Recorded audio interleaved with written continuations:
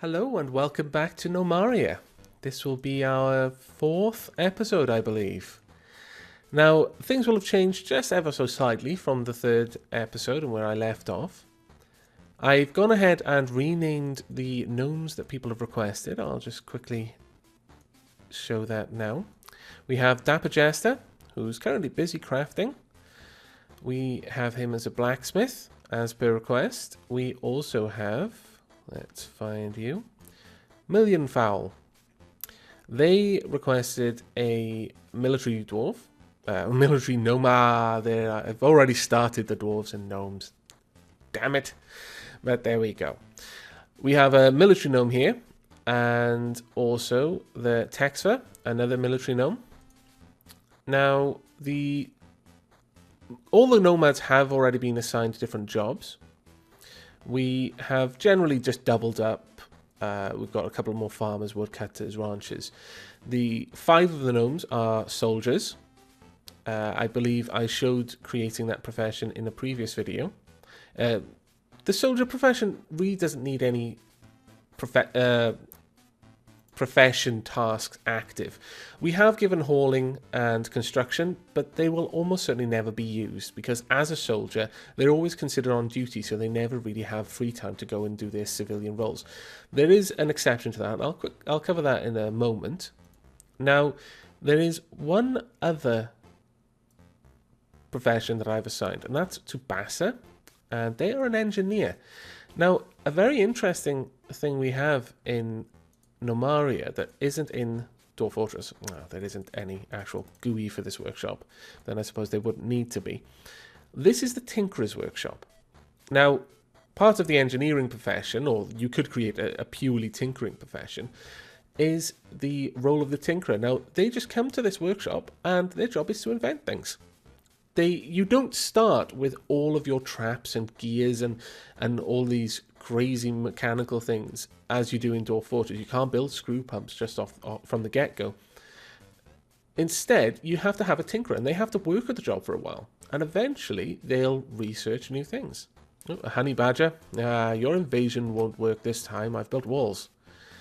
But yes, back to the tinkerer. They'll invent things like gears and axles, and then you can start building things. Windmills that will power these axles and drive machines like trapdoors, automated walls, those sorts of things. You can also have the gears and the springs needed to make manually fired traps, and later on crossbows and even guns. Now, I mentioned in a previous episode that I've never seen the enemies of the fort use guns or projectile weapons at all, but the gnomes can, but only after they've been researched. Now, I'll quickly gloss over the military. We've created a squad. Randomized name. Just went through until I found something that sounded sufficiently soldier-like and not ominous. So we've got fortified seals. And you'll see here that we have basic formation and basic soldier. I'll actually start from the bottom and move up, and it'll probably make a little bit more sense. Here at uniforms, we can define a uniform. Currently, we start with plate mail. That's just the default. But you can change all of these. You can edit this particular uniform or just create another one. We won't do any edits for now, but just to show you what would happen, I could say, well, all these soldiers with the plate mail uniform should try to wear a leather helm. And made of any leather. Or a helmet made of a specific type of metal or any metal. We'll leave it on any just to give them a good sort of defense. But they can just pick whatever's available.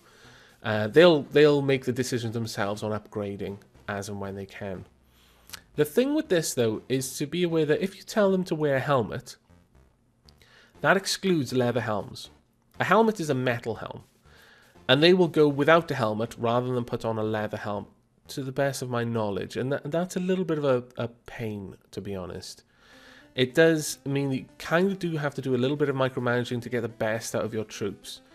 But once you've got a full blacksmith industry going, then this should be easy enough to hold. Or if you have a good leatherworking industry going, you may as well make a new uniform for leather. Then you've got positions. And currently we've got basic soldier defined. Again, this is the default. And these positions are, I guess, kind of a type of soldier. If you think in your generic RTS, you might have an archer, a knight, a grenadier. You've got the same sort of thing here. You have a basic soldier, and we've said, right, this type of soldier wears plate mail armor. If we were going for more of a ranger type, we might have a archer soldier. And we would say, oh, well, this person wears leather armor. And in the uniform, we would have, instead of any weapon in the right hand, we'd have a specific thing like a bow or a crossbow or something like that. You've got a number of options. Pursue lost targets means that if they lose sight of something they're trying to attack, they'll go to the last place they saw it and see if they can see it again. Maintain distance, that's especially useful for archers. Keeps at the max range of your weapon. Retreative bleeding. Now, I did cover bleeding a little bit earlier. The advantage to having retreative bleeding is if your soldiers are fighting in a squad, the other members of the squad will prevent the enemy from pursuing the retreating soldier. So that will give them time to rush back to the stockpiles, put some bandages on, stop the bleeding, and then return to the fight. So you can sort of win by means of attrition. The enemy don't have these options. They can't stop their bleeding. So as long as you've got a group of soldiers, then they should be able to cover each other. And assist squad leader just means that if the squad leader is fighting specifically, then the other soldiers will try to assist them in that particular fight. And I find that having that option selected keeps the unit together as a group. Now the perk, now there are dozens of these. For example, Highlander. It increases two-handed melee damage when no armor is equipped. Frenzy increases attack speed when wielding two weapons, but decreases the chance to defend, and so on and so forth. Way of the Gnome, increased attack speed and dodge rate when no armor or weapon is equipped, so on and so forth. There are lots of different perks. Now, I've gone for Disarm, and what Disarm does means there's a higher chance to hit hands or arms. And if you can do that and the enemy's wielding a weapon, it'll either knock it out of their hand or you might just lop the arm off. And that's great. I've seen that happen quite a lot. The gnomes will go out to pick up bodies after the battle, and then two gnomes will have to go out because one is carrying someone's arm back.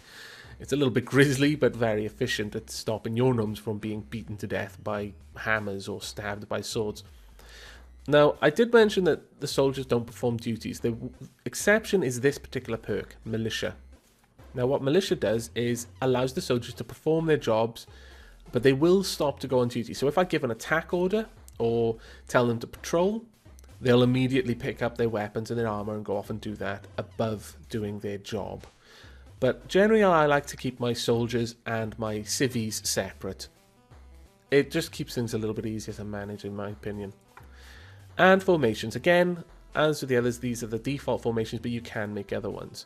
Again, they have perks, though far less to choose from. You've got On the Move, increases the movement speed for each vacant position.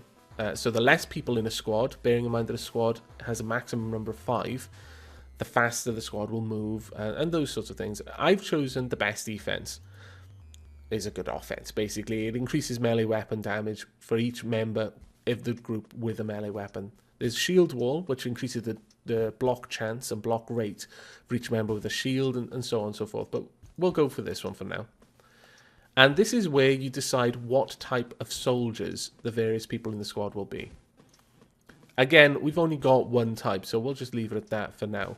But, for example, I could have a specific, like a two-hand soldier as the leader, and they would have a uniform which included a two-handed weapon, then 2 basic soldiers, then 2 archer positions to have a well-rounded squad. The options down here, perform attack orders. Now, I mentioned that if I saw an enemy but a gnome hadn't, because I've got I can see the whole field of the game if it's lit, but the gnomes won't necessarily know that something was there. I might just happen to notice it, for example, a manned scout. I could click on it and give an attack order. Now, whether or not any gnome has seen that scout doesn't matter. The soldiers will receive the attack order and will march off to that location to try and kill the scout for me. So having that is very useful. Defend gnomes. quite simply means that if another gnome comes under attack, the soldiers will mobilize and try to defend the gnome. So that's good to keep your peasants safe, your civilians, and avoid enemies. Generally, just avoid combat. This is only useful in my experience, in a very specific situation. If you have civilians who've somehow gotten separated, they're outside, there's attack going on, and you need to try and keep them safe. The problem with civilians, they'll panic, they'll just bolt away from the enemy, and that can lead to death in lots of horrible, gruesome ways. What you can do is you can shove all of those civilians into a temporary squad and give that squad a very specific patrol route or a guard order, so that the squad as a whole will march to a very specific place, so you can control where that squad is going. Now, avoid enemies will simply mean that that squad will not stop to engage an enemy, as they otherwise would, being in a military squad. So that's about the only use I've ever found for this particular one, and it's not what we're going to use on the military, obviously. And then here we are. Here are our soldiers. Prior to the video, I did go through and I picked the soldiers who had the best military skills. I didn't really pay too much attention to gender. If that does bother you, do leave me a comment and I'll see if I can sort it out. But we're not really going to have much control over what genders come in, so it's just going to generally be a little bit easier for us to just throw names out there at the best fit for that name. If you want a military soldier, then it's probably more survivable if I give you the best skilled soldier, regardless of what gender it is. But there we are. That has brought you more or less up to speed. I have got a kiln over here, and I have got a training grounds. So we'll quickly set the fortified seals to go training. Now I can record the combat log, which means that I could review the combat log, but that's a lot of spam. So I won't be doing that for now. However, the kiln, I have given a repeat order for statuettes. I had discussed doing this previously, and nothing really much has changed. The only other thing you can do in the kiln, and this requires fuel, which the statuettes don't, is to make brick blocks. But I've not really found that brick blocks add any value over stone blocks, and we have a lot more stone than we have clay. Making the clay into statuettes will just give us a very easy, quite profitable trade good early on. Now, the other thing I did is I replaced all of these walls with dirt, a time-consuming, boring task, but it did increase our stone stocks, which were starting to run low. And also, I've built some bags, but it doesn't look like I actually had enough yet. So we've cleaned up a lot of the saplings that were just laying around and the wheat, but we do need more. So I'll get onto that now. Go to storage and bag. Bags will store any plant material. So that includes clippings or saplings. Seeds as well go into bags. So they are quite useful. Honestly, I find that crates and bags are the two types of storage item that I will build the most. Barrels I'll build very seldom. You just don't need that many barrels because they've got such an enormous capacity. If I can click on one, there we are. They've got 64 items, whereas the crates only have 32.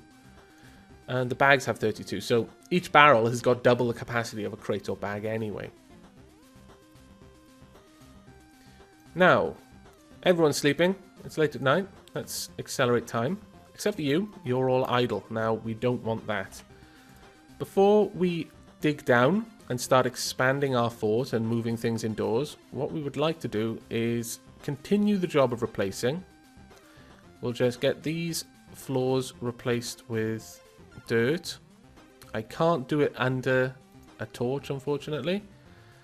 And I don't think I'm going to be bothered enough to dig those torches up in order to replace the floor underneath them.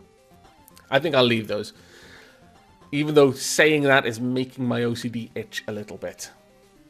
I don't really have OCD, at least I hope I don't, but yeah, the idea of leaving that stone, those 4 precious stones, it's a little bit alien to me, but we will move on. Now, once they finish there, or perhaps I could even start a mine down. In fact, I will. What we'll do is we'll start to excavate. We want to go down a little ways. And let's see, about... let's make a little room. And we'll have some stairs going down. No, we won't have 2 stairs, actually. That would make it a little bit harder to navigate. We'll have alternating sides for the stairs. So left, right, left, right. So we'll get our miners in there, and we'll start making our way down. And as we go down, hopefully we'll continue to hit stone, so we can dig out more mines for stone. But ultimately what I'd like, as one of the first things we do, is to expand the quarters. Just get everyone some personal quarters, as that will then allow the gnomes to be up longer before needing to sleep again. So we'll just get a little bit more work out of everyone. That sounds a bit horrible, actually, but I'm thinking of their well-being first and foremost. If they're not sleeping, then a mant attack is less likely to occur whilst the soldiers are in bed. It's just a complete aside that I'll also get a lot more work out of the civilians. But it's completely for the soldiers. I hope you understand. You know, I am a benevolent gnome god king, not a slave driver. Not often, anyway. Yes, the training grounds, which I've built outside, as with almost everything right now, there's a bit of a trick to placing that. I found that if you build the training grounds more or less directly in the path of the entrance to your fort, this is something that we'll be looking to do later when we move everything downstairs. It adds an additional buffer in case you get invaded. If the enemies do manage to break into your fort, then before they can get to the sort of soft underbelly of your fortress, to all those squishy unarmed and unarmored civilians, they'll have to walk through where all your soldiers are going to be, even if you haven't noticed the attack, because it doesn't necessarily alert you unless a gnome happens to be there at the time. But if the goblins just all marched through, and there was no one up here because everyone was over here in a dining room, like below ground or something, then they would just march all the way into the fortress and you'd be caught with your pants down, basically. But if, when your soldiers aren't actively outside beating up mants, they're training, then as the goblin invasion is marching through your front gates, they're going to walk straight into the training room, full of your soldiers. All armed, all armoured, because they're training. Perfect time to defend the fortress. So that's just a bit of a tip. And here we are, our very first goblin. Let's check the events. A goblin has been spotted. Let's check you out. Now, the goblin, Cinderfragment. Cinderfragment. That's the kingdom. That's fair enough. Have you got a name? No, you don't. Oh, I feel sorry for you. No one give you a name. And you're not wearing anything at all. You're probably not alone, though. So I can't assume that that's a good thing. I think we'll leave you outside until we know whether you are alone or not. And perhaps we'll send our soldiers out. But whilst we're making that decision, we should go ahead and build a market stall. And we should get this built very quickly if we can. As if we have a market stall and a merchant arrives on the map, they'll wait. They'll wait outside. Even though they can't get to the market stall and you can't trade until they do, they'll just hang around. If we don't have the market stall, they'll see that we don't and they'll just bugger off. As far as I'm aware. Once a merchant is on the map, because you've got a market stall, they'll wait until the 7th day and then they'll leave. Whether they've been able to get to your market stall and trade with you or not, they'll go on the 7th day. The only exception is if they've gotten into your fort to trade and you've closed the door.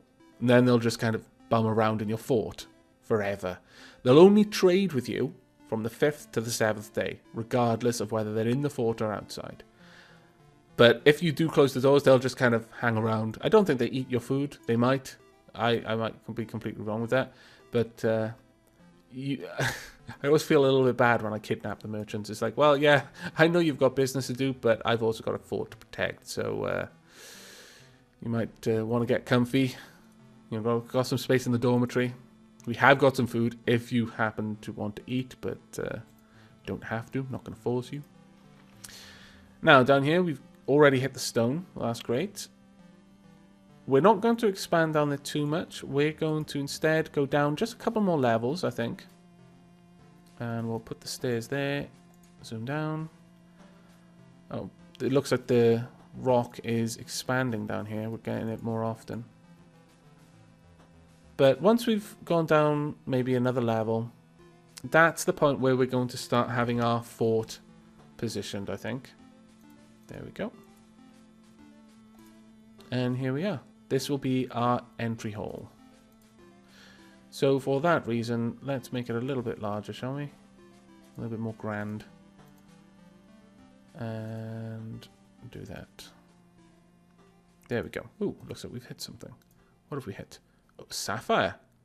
Fantastic. Now, because there's sapphire in the wall, it's going to take them a little bit longer to dig through. Oh, a monitor lizard. Did you eat that goblin? Oh, a merchant has arrived. And there is a goblin dead. Okay, lots of things happened at the same time. Haha, as always they will. Now, let's zoom out a little bit. There's still a goblin there. There's a merchant up there. There's a dead goblin there. Have goblins been on my map this whole time and just been dying? They might have.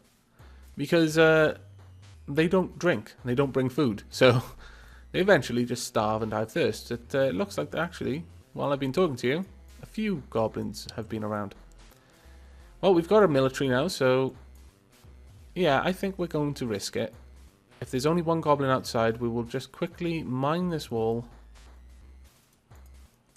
Have our military on standby. Okay, there's another dwarf, a goblin there. Right. Okay, we want this goblin dead. You noticed he was immediately making a dart for our fort. The moment he could see a way in, he was on the way. But our military should be able to take him out. And you'll notice that quite often, other non-military gnomes will engage as well. It really does depend entirely on whether they feel they've got a chance to win. I've seen just regular civilians just throw themselves at an unarmed goblin, but if they see one who's got armor and a sword on, they'll just leg it.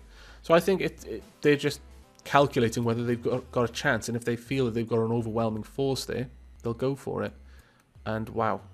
Are you killing the monitor lizard? That's remarkably silly of you. I didn't tell you to do that, but okay. Run away! You're bleeding! Oh my goodness. Oh my god. The monitor lizard is about to boss our military. How embarrassing. Guys, go repair your wounds.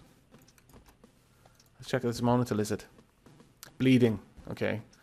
The monitor lizard is bleeding from her upper body, lower body, tail and neck. You could have just said, the monitor lizard is bleeding from everywhere. The monitor lizard has an injured right leg, right back foot, left leg, left back foot, mouth, right arm, right front foot, left arm and left front foot. So yeah, basically everywhere on that monitor lizard is currently hurt badly. And they're going to keep going out, aren't they? They're like, no, we haven't had enough. Come here, you swine. I'll take you down. Oh, did we just lose someone? No, he's running away. Good. Clever. Look at all the blood. What the hell? Right, what we can do now is we can actually go to combat. And this is what I didn't want to see just from sparring. But you can see active, or any particular day of the year where there's been a fight. I don't know how far back this goes. But if we click on group fight, we can see that Million Fowl, Silly, the Texfer, Bassa, Bingy, and the Monitor Lizard have all been fighting. So basically our entire military. And this is quite detailed. If you happen to want to see this stuff, you can sometimes see some hilarious stories unfolding in the combat logs. I'm not going to make a habit of going through them generally, though for big fights I might. But this one I'll just give you a quick show of what happens. The Monitor Lizard scratches Bingy, but Bingy dodges the attack. Bingy punches the Monitor Lizard, but the Monitor Lizard dodges the attack. Bingy punches the Monitor Lizard, hitting the tail, smashing the hide, smashing the muscle, and stopping at the bone. Now that gives you an idea of how detailed the combat model is here. By and large, you're not dealing with just arbitrary amounts of HP. You're dealing with, well, what's the sort of shear factor of hide, or this particular leather, or the scales on this creature, or the chitinous armor. It's trying to work out, well, does this attack have enough force behind it to damage this? If it does, what type of damage is it going to cause? Is it going to cut it, tear it, pierce it, puncture it? Is it going to transfer the kinetic damage through layers of fat? Is it going to break the bone underneath even though it doesn't go through the armor? All of that sort of thing is being worked out. And this is true of Dwarf Fortress as well. Both of these games have fantastic combat models that are completely hidden. Unless you read these things, you will never know just to what detail the grotesque and sometimes horrific combat is being modelled on.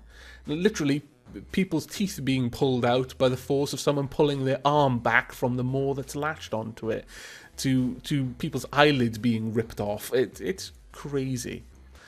But let's have a look here. Silly's left arm is bleeding. Oh no! Million Fowl punches the monitor lizard, hitting the upper body, smashing the hide and stopping at the ribs.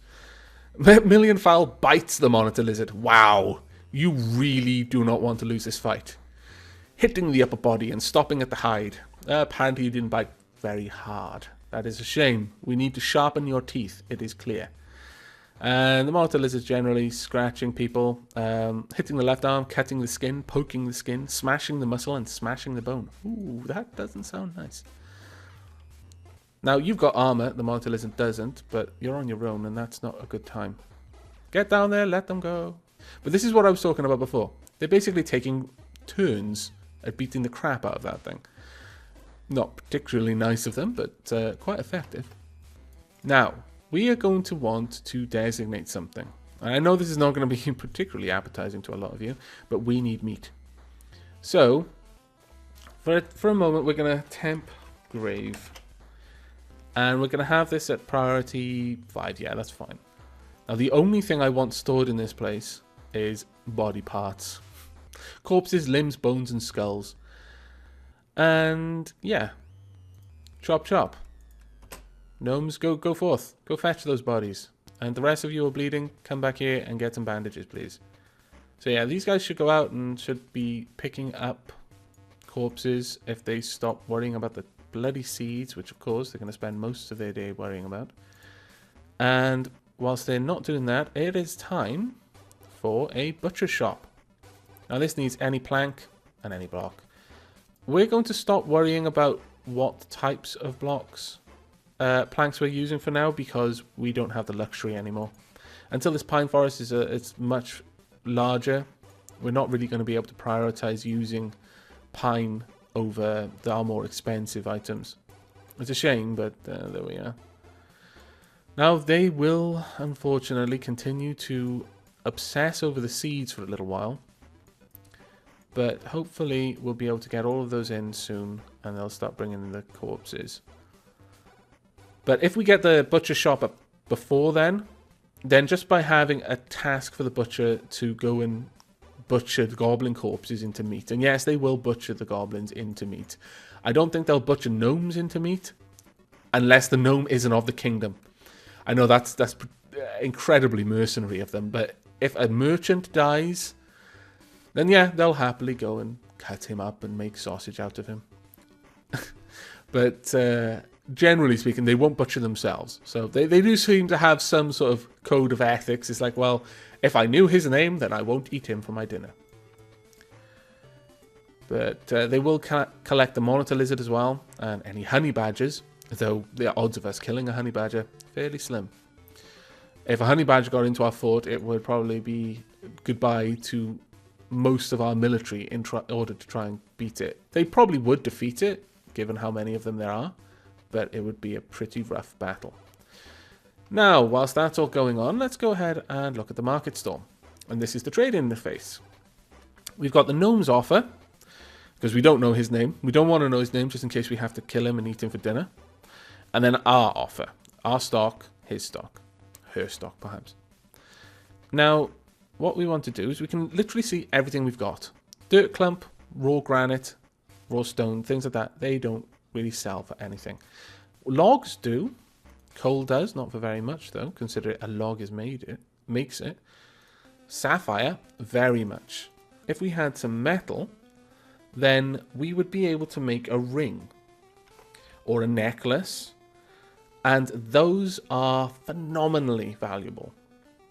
You can just make a ring or a necklace out of just metal, but if you include a gem, then you can really maximize the value of that item, and you can get enormous amounts of goods in exchange for just one. So it's always worth keeping those and not trading them for this paltry amount. It might look like a lot compared to everything else, but it's literally a tenth of what it would be worth as a necklace. You've got cotton seeds. You can sell all these things. Like, we do not need 155 strawberry seeds. We'll keep 50 of them. Sorry, we'll want to sell 100 and thus keep 55. That's fine. So there we go. Cotton seeds.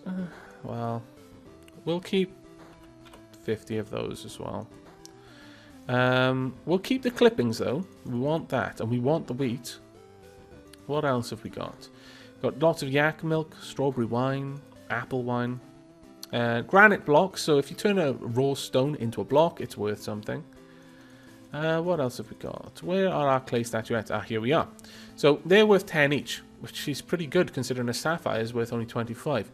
So we're going to sell all 75 of those. We have no reason to keep them. We can sell everything else, but we're not going to. Now we can buy logs, copper ore. We want that, but we're going to have a look at what else they've got for first. Oh, malachite ore. That might be nice. And silver is incredibly, incredibly expensive. But if you made a silver necklace with the sapphire in it, you could very easily make that money back. Strawberry seeds, cotton seeds. Now, there's where we want. 13 wheat seeds. It's not a lot, but it's pretty nice. Meliac, no. We would take a... We're given 887 goods here, and they've currently given us 65. If you hit trade now, that's it. All of that money is gone. You've basically given him an amazing deal. There's no way of undoing that. So be sure before you click on any of these buttons that everything you want is done. And with the seeds, you can literally make it so that you're only giving him what he's giving you. And generally, that's what I do because I'm a miser. Now, we want some more. So our blacksmiths can do their magical, wonderful work. We've taken 41 copper ore. Ooh, that's going to put it way over. But let's get rid of some of this then. Let's get rid of 21 of it. That's close enough. And so we'll take off...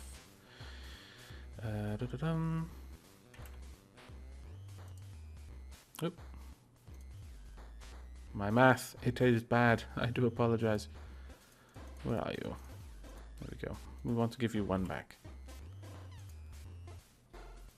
There we go. Right, so that's a fair trade. We're going to get 20 tin ore and 41 copper ore. So we'll click the trade, and there we are. Now, unfortunately, this merchant is probably not going to get out of our fort before we block it off, unless these guys take an enormous amount of time to collect these last seeds and then grab everyone's body and pull them in. But we've got the butcher shop now, so here we are. We can start butchering the yaks, the lizards. We're going to butcher all the goblins and the lizard. No reason not to. And 2 of the male yaks. We do not need 3 male yaks. As I've said, we only really want the females right now, but we are going to have to create a new pasture. So let's go ahead and do that. And this will be a pasture for our alpacas. Now, it's a large pasture, so we can have quite a lot of them there. And we'll make this a 3rd priority pasture, I think. But from now on, we're going to be getting wool. And we want to make sure that these are on cotton. Yes, good. Because wool will make for much nicer beds. So we'll have nice wool, well, it'll say wool sheets, and I can't imagine that a wool sheet is particularly nice, but a wool duvet would be very nice in these cold winters, which will soon be upon us if we're not quick about everything. Now, there are a couple more seeds, so, of course, a massive, long queue of people are going to go out there and collect them. But that should be it, and once they've done that, we should be free to pull everyone in. Now, where's the kitchen? See, we couldn't make any sausages before. We couldn't create a craft order before. And in fact, we haven't created a craft order here. I do apologize. This was a bit of an oversight. We want, let's say, always have 1 loaf of bread available. And always have 1 sausage available, if we can. And it'll use any meat. You can specify it, but I've not actually noticed any difference. I don't think there is any difference. A sausage is a sausage is a sausage, as far as I'm aware. But if that's not the case, and anyone knows to the contrary, that knows for definite that it is important to make it out of a certain type of meat, please let me know, because I've been doing it wrong all this time. But once they've made one sausage, I'll be able to put in the repeat order for sandwiches at that point. As I've mentioned before, you can't actually tell them to build something until you've had one of that thing available, which is a bit of a pain. And let's zoom down and fill in that wall. We no longer want to have to fight any goblins unless we particularly want to fight the goblins. But, as you can see, they're generating an enormous amount of things now. And a lot of that will be bones. And for this reason, we're going to put some crates into the grave stockpile. Actually, any crate. Because otherwise, the bones are simply going to fill this stockpile completely. Well, they're storing the bones up here for the time being. But once that's full, they'll start pulling it down here. For that reason, actually, perhaps I should increase the priority here. Let's make this a priority 2 stockpile. And this one, yeah, that's on priority 3. And this one's on priority 4. This way, bones will go here first. But there we go. So, our cuttings are growing and they're still gathering fruit. I'm thinking that perhaps we can afford to tell them to stop picking the fruit at this point, honestly. And just let all of these trees just coming to fruit. And just the fruit will stay there. It doesn't rot on the trees or fall off that I'm aware. So, in effect, this is a buffer. Over winter, this isn't considered food until it's off the tree. So if we just leave it hanging on the tree, much like wheat isn't considered a food until it's turned into bread, then we've basically got a buffer. If all else fails, we can just start picking the apples off the trees, and that might be enough to push us through. It's probably not going to be a problem with a population only of 19, but as your populations get larger, winter can be a serious threat to your gnomes. Now, we are lacking in wood somewhat, so let's go ahead and have them fell trees in the birch grove. Now, I'm not sure how this will work if they would not fell them until they could take a clipping. I hope that would be the case. But we've got quite a lot of birch clippings, so we're going to let them go ahead and chop this down. Then I will probably take off cutting clippings and felling trees for a little while. Wait for the entire grove to fill out and have leaves. And then activate cutting clippings and felling trees and just see what happens. If they go ahead and cut the clippings first before felling the trees, and that's fine, I'll leave it on that from then on. But otherwise, I'll have to micromanage it a little bit to make sure that they don't clear cut me out of any birch trees.